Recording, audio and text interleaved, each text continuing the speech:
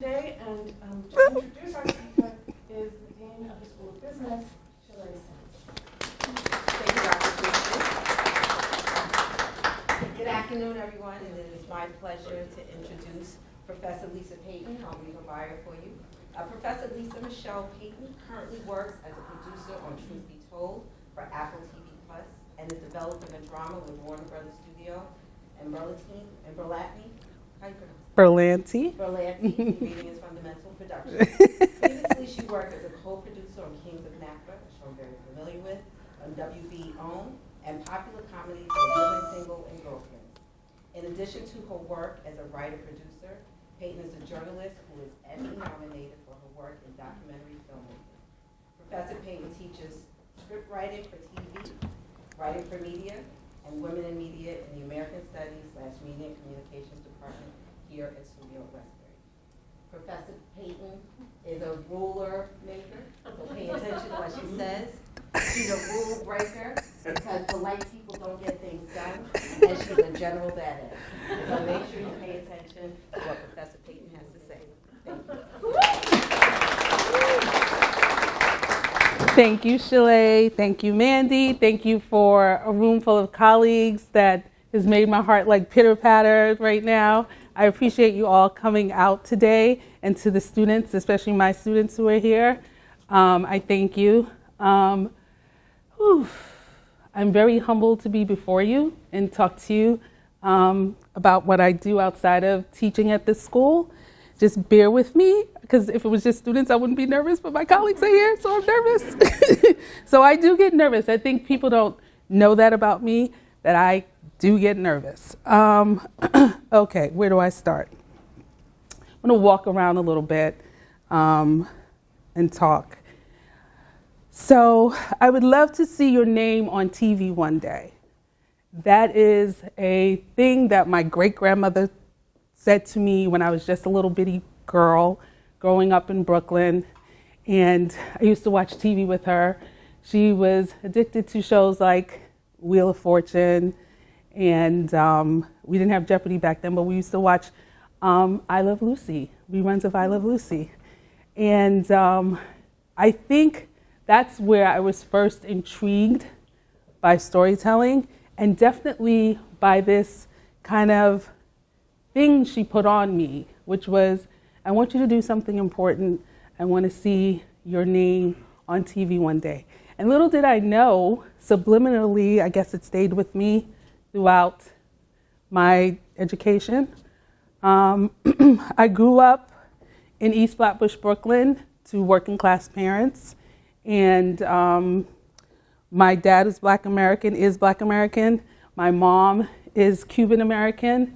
And so I got a little bit of both worlds growing up in East Flatbush, Brooklyn, which we also nicknamed Little Jamaica, but now has a lot of different Caribbean immigrants that settled there. So I had a pretty full background. I went to Catholic school for 12 years of my life. Grade school was right across the street from me, so I didn't have to go far. And so we had a pretty close-knit community. And if you know Black people, we got stories, right? So there's lots of things that happen, right? So growing up, I had a very interesting background. My parents divorced when I was about 10 years old. So, disappointment very early on, being afraid very early on. You go through a range of emotions as a kid trying to adapt to a life you don't know what's going to happen. But I did know this. I knew that, I'm going to sit down for a second. I knew very early on that I wanted to do something that got me out of where I was. And when I say that, I don't say that because it was bad where I was. I say that because I think I wanted to do something more for my family. I saw how hard my mom worked. And I'm pretty sure I was like, I wanted to do something that made them proud of me. So I'd always been an inquisitive person or nosy. my nickname growing up was like Snoopy, because I would snoop around and take a look around and try to see what was going on. I still ask, why? Shalay can attest to that. She'll tell me something, I was like, why? Why?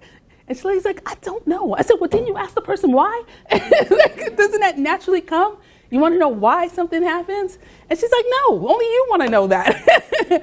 So I just always had this thing about me that wanted to know how human beings ticked, you know? And so I went to undergrad, I went to Stony Brook, and I wasn't sure. They didn't have, at that time, a journalism major. They didn't really have a creative arts major. But so, you know, they had a liberal arts major, so you could put it together. So that's pretty much what I did. And I minored in journalism. Still wasn't sure what I wanted to do, but I knew that I liked two things. I liked sports, and I liked just creating hearing my own words. So I was writing music, I was writing poetry, just really trying to figure it out. I got a job working as a receptionist at PBS. It was my first job out of school. And I had a chance PBS 13 is where I was. And I had a chance to like walk around and try to see what everybody was doing, trying to figure out what it was that I wanted to do. I volunteered for McNeil Lear at night, pulling copy and, you know, trying to see what was coming across the wire and stuff. And then one day, one of my girlfriends who worked with me was like, hey, I'm going on vacation. I'm going to Los Angeles. And I was like, I want to go to Los Angeles. So we went to Los Angeles together, and her sister at the time had been dating a guy who was a writer on a show called A Different World. A Different World was a spinoff of The Cosby Show. And it was about this fictitious HBCU called Hillman. And I just remember we were all, people my age, were all, you know, really engrossed with this film, with this series, because we kind of saw ourselves there. It was one of the few Black shows that was on television at the time. So we went to the show taping, and I sat in the audience, and then I saw these Black people down on the stage holding these things, which I later learned were scripts. And I was just like totally looking at them the whole time and not actually the show, like, what are they doing? Like, what is this? And so then after the show, my girlfriend introduced me to the guy, the writer there, and I had, of course, a million questions. And I was just like, what is this? What do you do? Like, I want to know all about this. Like, what is this? And he said, okay, I'll tell you everything. So he introduced me to what it meant to be a writer, what the process was, and I immediately was like, I want to do that. I said, this is what I want to do. And so he's like, okay, well, if you want to do it, take this class, take that class, buy this book, you know, and then try to write a script, you know, based on, you know, learn the craft and try to write a script. So I was all about 22, 23 years old, something like that. And I came back to New York, and I would work my hours at my job. I had an office. I was fortunate enough at that time I had gotten promoted up, and I was working in co-productions. And after I finished my job, I would just close my office door, and I would stay there for hours just reading or writing until I finally got a script together. And then I looked at that time, everything was snail mail. I looked up the different agencies that, you know, were literary agencies at the time. And I just made photocopies on PBS's dime. And sure did. Used their paper and used their mailroom. And that was back then when you can't do stuff like that now, right? Before they started understanding that that's what people were doing and need a code to put in like our school. So I mailed like scripts everywhere. And I got about 10 people who wrote me back and was like, oh, we'd like to meet you. The thing that I did is not only did I steal from PBS, but I also lied about where I lived. One of my relatives lived in Los Angeles, so I asked them if I could use their address, you know? And so they said yes. So I put it like if I lived in Los Angeles and said, this is my work. And I got 10 people who replied and talked them through them. I had 5 meetings. So I was like, yeah, I can be there next week and meet with you. And so I came out. I didn't know. And when I tell you I was green, I knew nothing. But I always tell my students, this is the time to just take chances, right? When you're young and you don't know better, because it's when you get older that you get really nervous like I am, like speaking to colleagues, even though you do that every day of your life.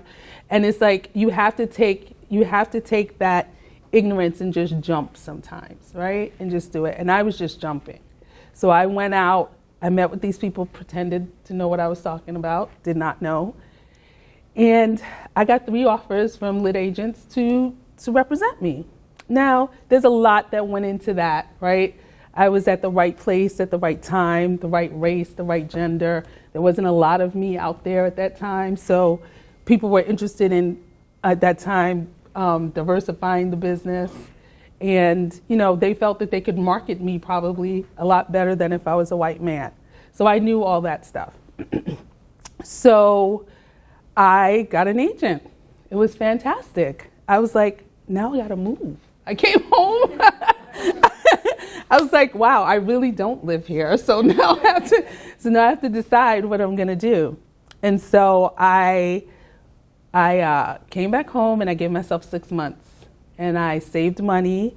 I actually took a second job working at the Millennial Hotel that was destroyed during the World Trade bombing. I was working at night. I would do my day job, so I'd do 9 to 5, and then I would go to the Millennial Hotel from 6 p.m. to 2 a.m. I had 2 full-time jobs so that I could save money. I worked in the order taking department, so room service at night. Like you call down, I just answered the phone and took the orders and put them through, and you know they got their food delivered.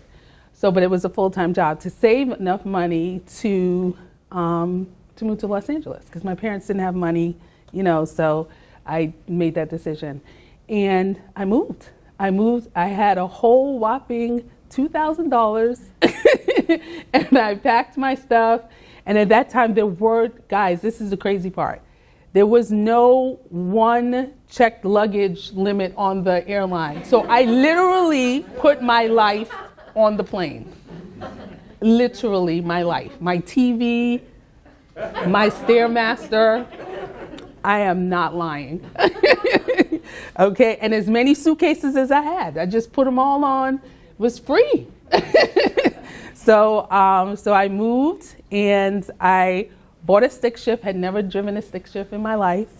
I bought it. My friend had to drive it off the lot. And then I went home and I practiced.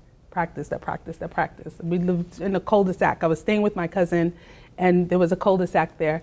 And I drove around. I was like determined I was going to drive to church the next day. So I taught myself how to drive in a cul-de-sac, a stick shift that I'd never driven before in my life. And I drove myself to church the next day. And now I love a stick shift. It's just like the only way to drive for people who have ever driven a Standard before. And I just went for it. I applied. I got a temp job. I was working temp at Walt Disney Company, just, you know, regular secretarial stuff, answering the phones. And I was fortunate enough to learn about this writers group. And I joined this writers group. And it was the best thing that ever happened because we read each other's stuff. We got better together. And then I applied to the Warner Brothers program for new writers. Again, at this time, I was probably about 26. And about 1,000 people apply. They take in 30, and I was fortunate enough to be one of the people who they picked. And went through the program where they mentor you because what they are hoping is to take these new writers and put them on their shows as staff writers. And so that's what ended up happening. I did the program, and I ended up on a show called Living Single, which was a Warner Brothers program as well. So it was my first staff job being on Living Single, which at the time culturally was like the number one show for Black people, right? So people loved the show, and I was like a little mini star because, so much so that I came home one day to visit, and I was going out with my girlfriends, and they were like, him and Han wanting to make all these stuff. I was like, what's going on? Are we going to the club? What are we doing? What are we doing? Like, oh, we have to make one more stop. I was like, what? So we went in, and they were they rented out this place that had this big surprise party for me, and they were showing my episode there. And so I was like this rock star, and I didn't even know when they called me and told me that I gotten a job. I hung the phone up and I called my sister, and I was like, how the hell did these people hire me? I don't know what the hell I'm doing. I have no idea. Why did they hire me? I was more upset that they made me an offer than because I was petrified. And the thing that you learn when you go there is that everybody's petrified, right? Everybody's trying to figure it out. And you're no different than everybody. I felt like, oh, okay, I'm just as smart as that person. They're not like really smart. Like I can do what they're doing. And you just kind of figure it out as you go. And I've got to tell you, that's what I've been doing my whole career, is kind of figuring it out as I go. The one thing I tell my students is, don't limit yourself. You just never know what opportunity is going to present itself. Don't say no because you're scared. I can't tell you how many jobs that I've taken that I felt exactly the way that I felt when I took the living single job. I had no idea what I was doing, including this job here. I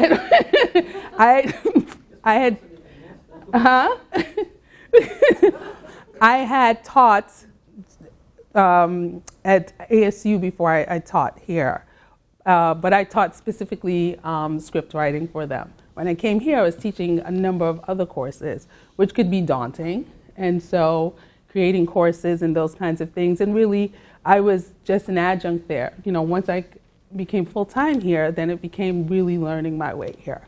But the biggest thing I would say from my journey is I've done lots of things, from producing documentaries to writing printed articles for magazines to working in promo departments and creating promos, to teaching, to writing on sitcoms, to then transitioning to working in dramas. And the thing that people are always like, you're not scared? I'm like, I am terrified. It's like, it's not even about not being scared. And we talked about this at the last talk that we had a couple of weeks with the students.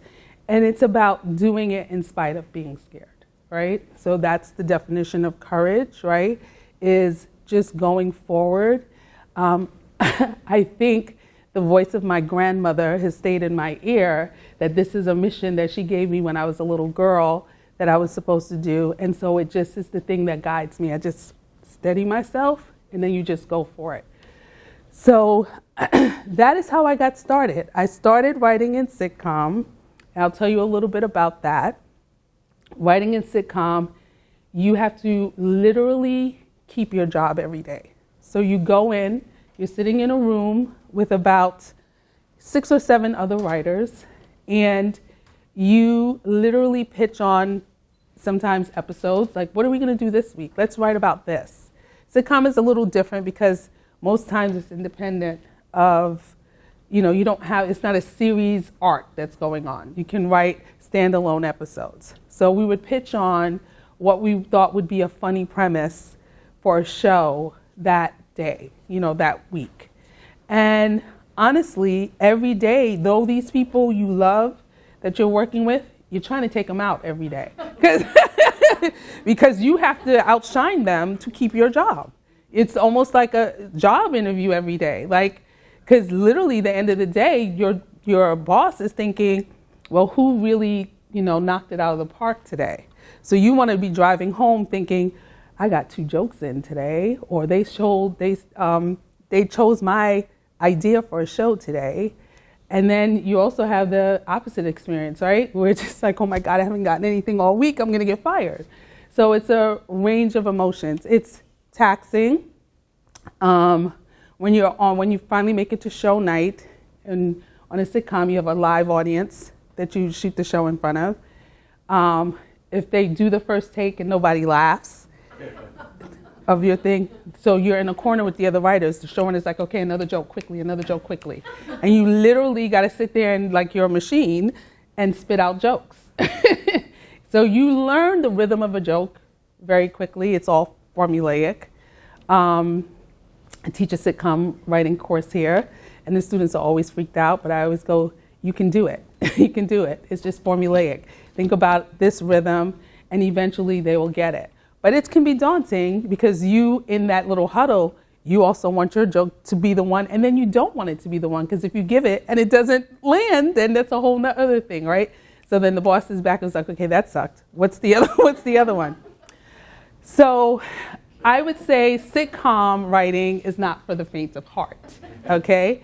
Because you are dancing every second of the day. And you are there working very, very long hours. So one of my friends who I started in the Warner Brothers program with jumped ship. She went to drama. She was the first one who went over into the drama world. And she came back to us and was like, ladies, you got to get out of sitcom. We go home at 7 o'clock in drama. We're like, 7 o'clock? What? What is that like? Because in sitcom, you have your what we call our run-throughs, which is the studio or the network comes and they see the show in rehearsal up on its feet. And then they give you what we call notes. So they'll say, we don't like that scene. Or can you make the story more about this or more about that? And you're thinking, we're about to shoot in front of an audience in 2 days. Now you want to change the whole thing? And yeah, they do. So after the run through, which happens like 6:30 or 7 o'clock at night, the writers go back to the writer's room and we sit, we cry, we eat, we drink, and then we go to work and try to what we call addressing the notes and do a rewrite. And so you can be there until midnight, you can be there till 2 o'clock in the morning, pitching on one joke, trying to get that one joke right. And if you're a lady, it's taxing, right? Like men can date forever till you're 80, right? Men have babies till they're 80. When you're a woman, it's a little bit like, oh my God, is this my life? Am I never gonna go on a date again? Because all I do is work 24 hours a day. And so when my girlfriend jumped ship and she went to drama, she was like, you go home at 7, you can have dinner, you can go on a date. So we all jumped over to drama. And drama has been a blessing because in sitcom, you have a germ of an idea that's really a joke, and you create 25 minutes based around that joke. In drama, you can really tell a more sustainable story. So I fell in love with telling stories in drama because I felt like you can go through a range of emotions. Life isn't always funny. Though you like making people laugh, I also wanted to make people cry. I also wanted to make people think about how they treat other people, how the world could be if we would try. And you have more room to do that in what we call a 1-hour drama. So I've been writing 1-hour drama now for, maybe 17 years. I've been in the 1-hour drama realm. And so, it has sustained me. I've written on medical dramas. I'm currently working on a crime drama, which is called Truth Be Told on Apple TV+. And it's one of my, besides Living Single, which until now, was probably the show that made me most proud of working on because it was such a big thing for the culture. This is probably, for me, the most satisfying job that I've had because of the story we're telling this season. We're telling the story of how the media doesn't cover when Black and brown girls go missing. And we always focus on the blonde hair girl when she goes missing, and she could be on the news for, a month straight until we tire of the story or we find her, right? I think you guys remember Gabby Petito 2 years ago where we followed her tragedy. I mean, it's a tragedy, her tragic story for a long time, but there are thousands of Black and brown girls that go missing every year. About 19,000 a year, believe it or not, that are rarely or never covered by the media. So we took this on this season. There were 8 of us, 8 writers. So we'd gather around a table every day with lots of snacks and food. That's why I'm not skinny.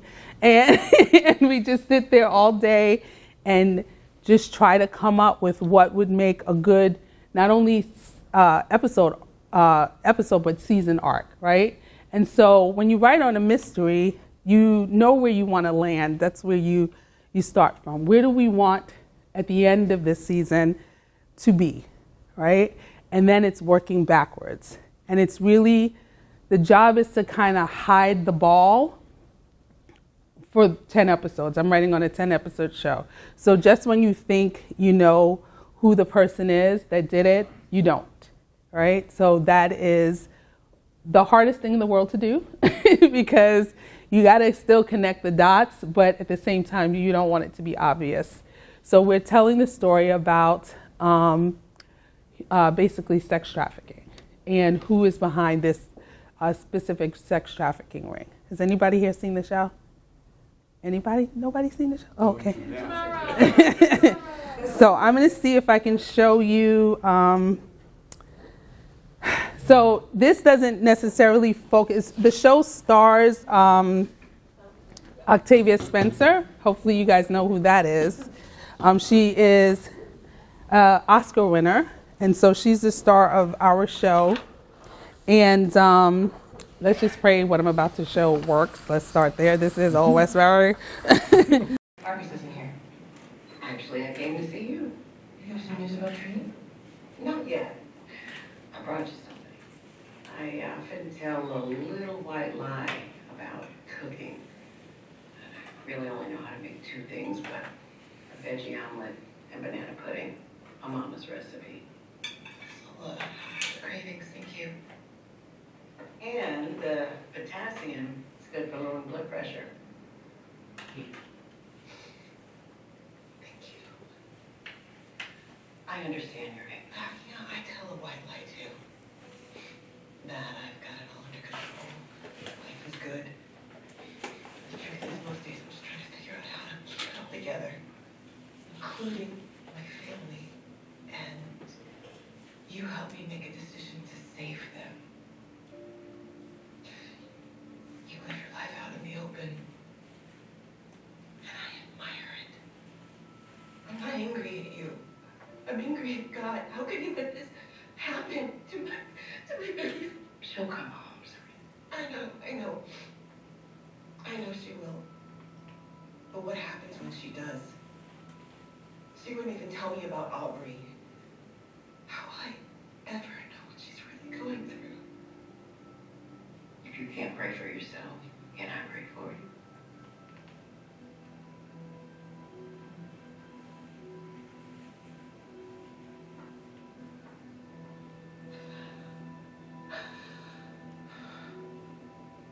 She's gonna come home.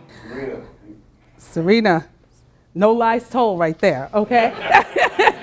So those are 2 scenes that I wrote personally, and I love both of those scenes because there's so much of me all up in them, okay? So first of all, Serena is his backup choice. It didn't work out with him and Poppy, but they've never talked about it before. But now that they're in this like pressure cooker of things and kind of blaming each other because their child has gone missing, she goes really low, right? And she's like, yeah, don't act like I don't know you're just your backup, right? That you really love another woman. And that other woman is the one who shows up at the door with the banana pudding. Now, banana pudding is really deep to my heart because my grandmother did teach me how to make banana pudding. So I make sure I get my little things in there. And if anybody knows me, they know I'm a person of faith. So I don't think that anyone can have their child go missing and not begin to question God about why something like that would happen to them. So I thought it was important that she was like, I can't even pray. I can't even, like, what is this? Why would God do this to me? So that's when you get a chance to kind of really put your own special sauce into things, and I enjoy that. I must say, and then Octavia put that scene where she brings the banana pudding, she put that on her IG as one of her favorite scenes in there, so I was like totally in heaven. So I'm really proud of it, and yeah, so that's where I am. Any questions? Sure. So I always wonder about the research. I mean, do you have to do a lot of research? Absolutely. Research assistants? I mean, how do you find time to do all that? So we have assistants that give us a pile of stuff every morning. They'll come in and be like, we found this. And then we also hire consultants. So we dug deep into the world of trafficking because, there's nonprofits that are out there trying to rescue girls. So we went and they would Zoom into our room and we tell us everything about the world. So they tell us all this because we have to be accurate, right? We don't want to just make stuff up. So yeah, a lot of research goes into it.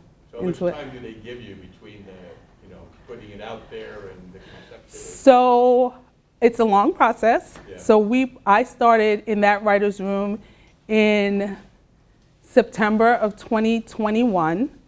And we didn't start shooting our episodes until about April of 2022.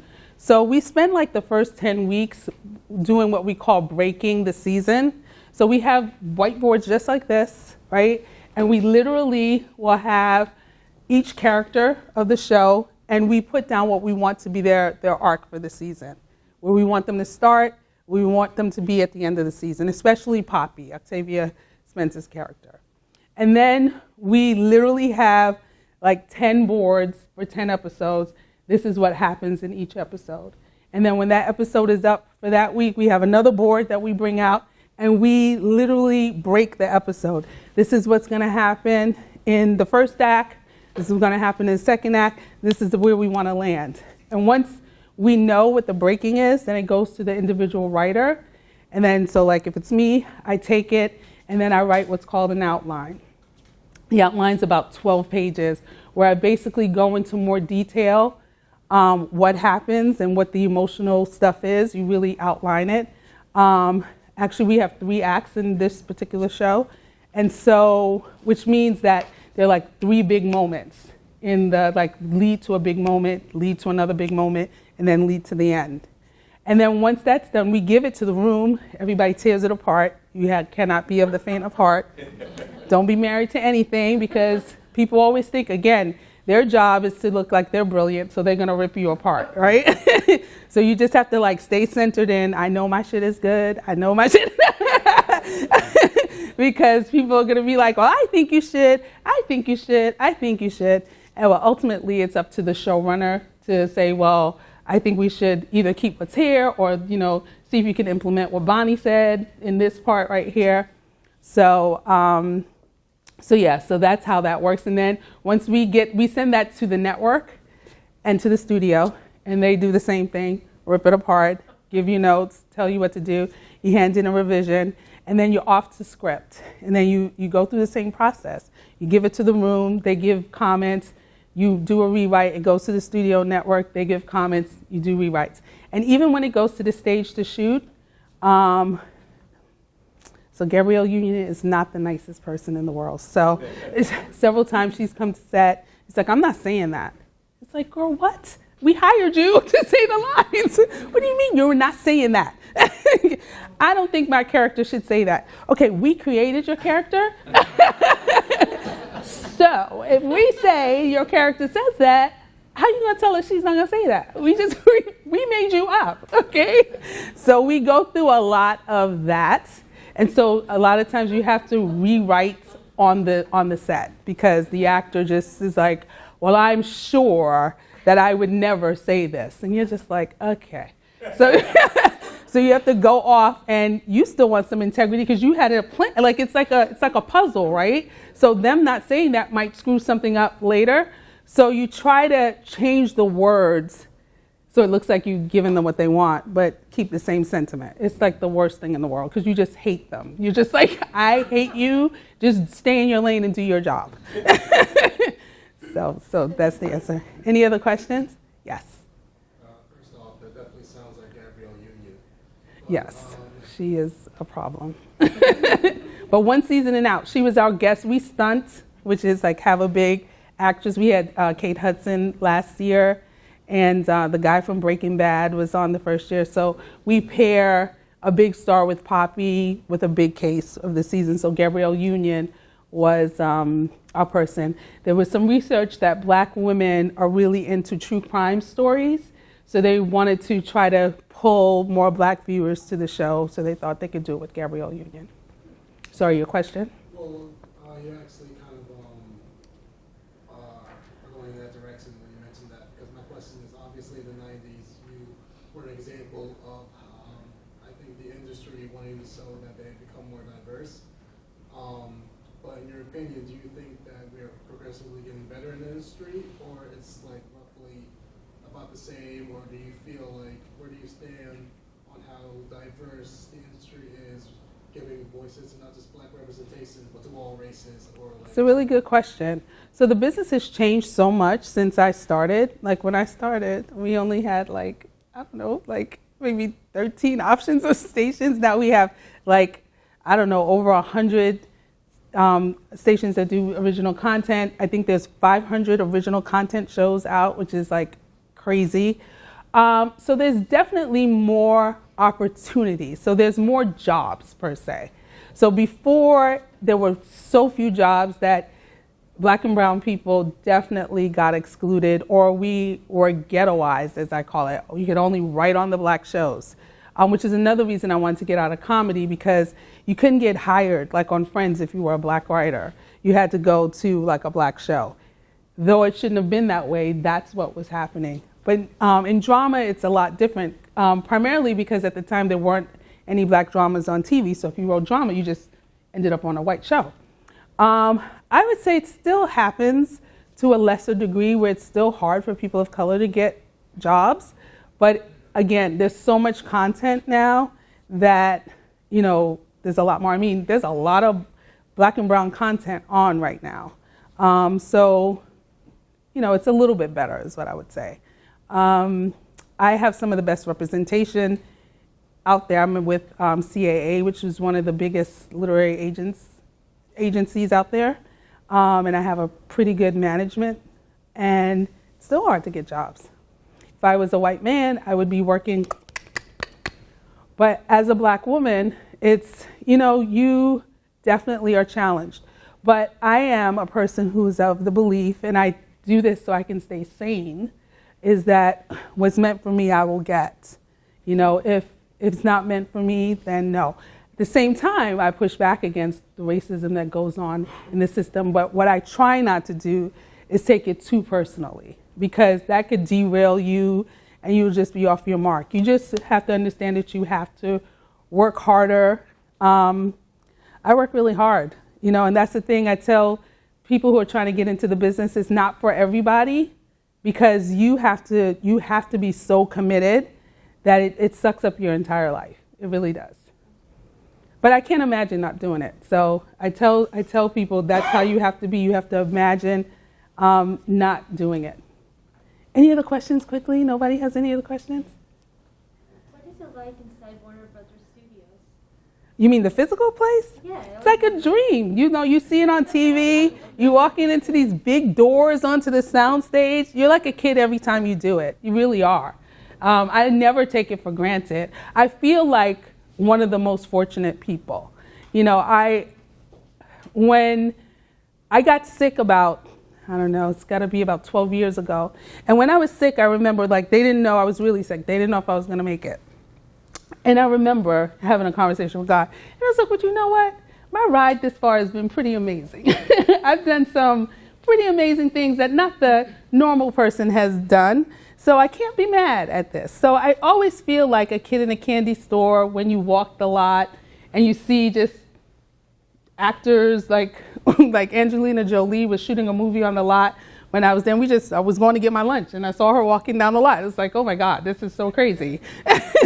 You know, so you definitely feel fortunate. What are the colors, though, of the interior? No colors. It's like how we have our studio here. It's like that. It's like lots of lights, lots of, you know, gray floors. We do have set design for each show. You will be amazed at what we can make in this country. It's amazing. So, any other questions? Yes.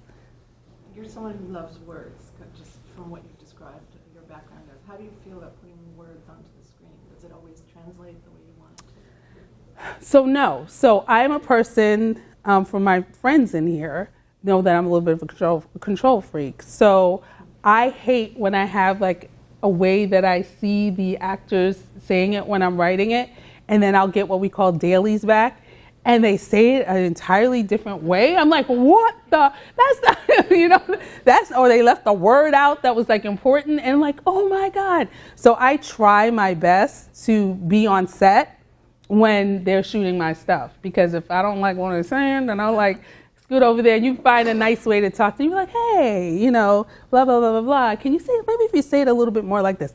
They are sensitive about their stuff, let me just tell you. So you really have to find a way to like, I've been doing it a long time, so I know how to do it. But yeah, it makes you crazy because you do grow attached. But again, it's the lesson you gotta always do is like not to be married to anything, because it is a process.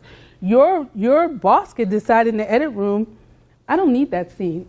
I literally called my boss. I was like, I didn't see a scene in here what happened to the scene? She goes, I know, I had to cut it because we were time stuff. I was like, damn it. You know, so, you know, you really can't get married to anything because it's like any other thing. It's just a job. It's getting it out there. So, but we as creative people get really attached to it, and you really can't. Somebody had their hand up over here, Terry? Yeah, it kind of goes back to what you were saying about, or what Asir was saying about representation in the writing room. Do you feel like in certain shows, like you were saying how, you know, you were writing for friends, you couldn't be a black writer in that room.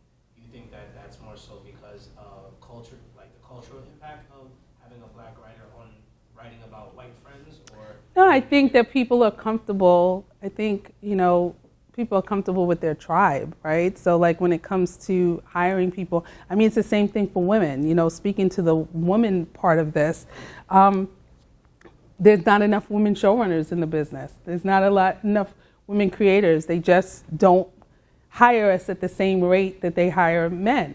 And if there were more women in charge, I was fortunate enough to work for a woman on this last show, they hire women, right? And so, because they understand the need for balance and they don't want to be the only woman there. But when you have, and not just like men, but when you have men in charge, they also hire other guys. And they're like, oh yeah, I guess I got to hire a woman. And they might hire one or they might hire two. But you won't have as many as you should.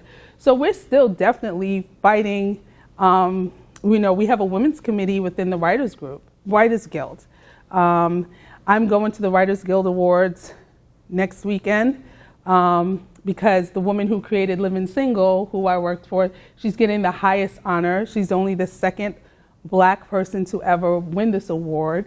Her name is Yvette Lee Bowser, who created Living Single. Shonda Rhimes, who created Grey's Anatomy and Scandal and Bridgerton and a million other things. She was the only other person to have won this award in the history of the Guild. So it's a big deal. So all of the people who she kind of hired in their first jobs and mentored, we're all bought a table there so we can all go and support her, because there's never any real representation at these things. So we're going out there to do that. But it's definitely not easy. As a woman, you have lots of sacrifices that you make in order to make it in this business, as in most professions, but specifically this one, because of the time commitment that you have to get to it. It's like most times you're up writing late at night. Again, Shalay is one of my best friends, and she lives only a few blocks away from me. And she's always like, oh my God, how are you up so late? You need to go to bed. I'm like, because I have to write. It's the only time we can. It's a beast. And so you, as a woman, you know, you have to really evaluate, you know, whether it's worth it, how much you want to give to it. You know, but we have the same desires as our male counterparts to succeed in, you know, careers like this. So it is a sacrifice. Yes. So my question is about the script, like the scene that you showed. How do you determine like how many sentences or like the dialogue that you have to put in like in a specific part and how to prolong it, and like how you come up with the dialogue that in the last one like very hard hitting. Yeah, it's a good question. So what I try to teach my students too across the board is you know what you want to say before you begin to write it, right? So you have to think of the most economical way to say it, because each second on the screen is money, right? And it's the same thing with print. It's the same way with any kind of TV or anything that you do. It's finding the shortest way to get to what you're trying to say in the scene. So I know ahead of time what I'm trying to hit. You know, I'm trying to hit that these two are coming together in this moment that's very rare for them. So that was a big story point to make them. They're usually on the opposite sides, not having very good things to say about each other, but giving them this important moment. And so how can I play that out? You know, and so you have creative liberty. I came up with the whole thing about her cooking something, bring it to her. What you guys didn't see before this is that she's pregnant. She had to be rushed to the hospital because the stress of her daughter missing spiked her blood pressure. And they told her that she had to go on bed rest and, really take it easy. So Poppy's coming over with a banana pudding. Bananas are good for, has potassium, it's good to bring blood pressure down. So came up with all that. So you do have creative license, and the whole conversation about how I hate God. So we know that we want them to come together in the scene. It starts out with them being cold and icy, and then at the end they come together. You have creative license to come up with it and do it, but you got lots of scenes in the show to get to, so you got to say it in the shortest way possible. I love this scene because she cried. Like any scene you can write where people cry. I have so many scenes coming up this Friday in my episode that I just adore. Let me just tell you, so you guys gotta watch for me, please. I really am so excited about it because it's a horrible episode in terms of what happens, but I love the emotion of it, and I just love it's how we deal with each other all the time. I love the realness of it, so that's why I like storytelling. Anything else? Mandy, I don't know if am I supposed to talk about anything in particular? Yes.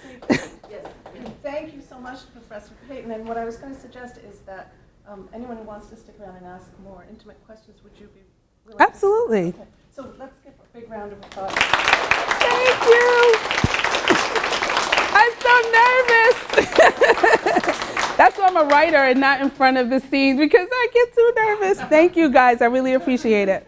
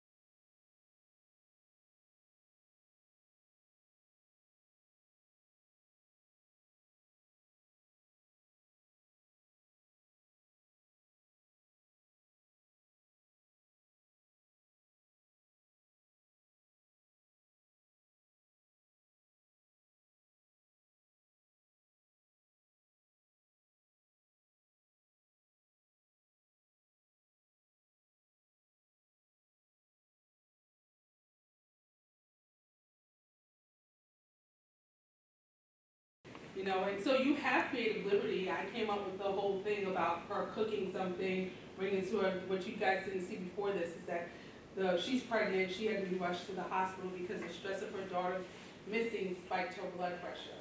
And they told her that she had to go on bed rest and, you know, really take it easy. So Poppy's coming over with banana pudding. Bananas are good for potassium. It's good to bring blood pressure down. So came up with all that. So you do have creative license, and the whole conversation about how I hate God. So we know that we want them to come together in the scene. It starts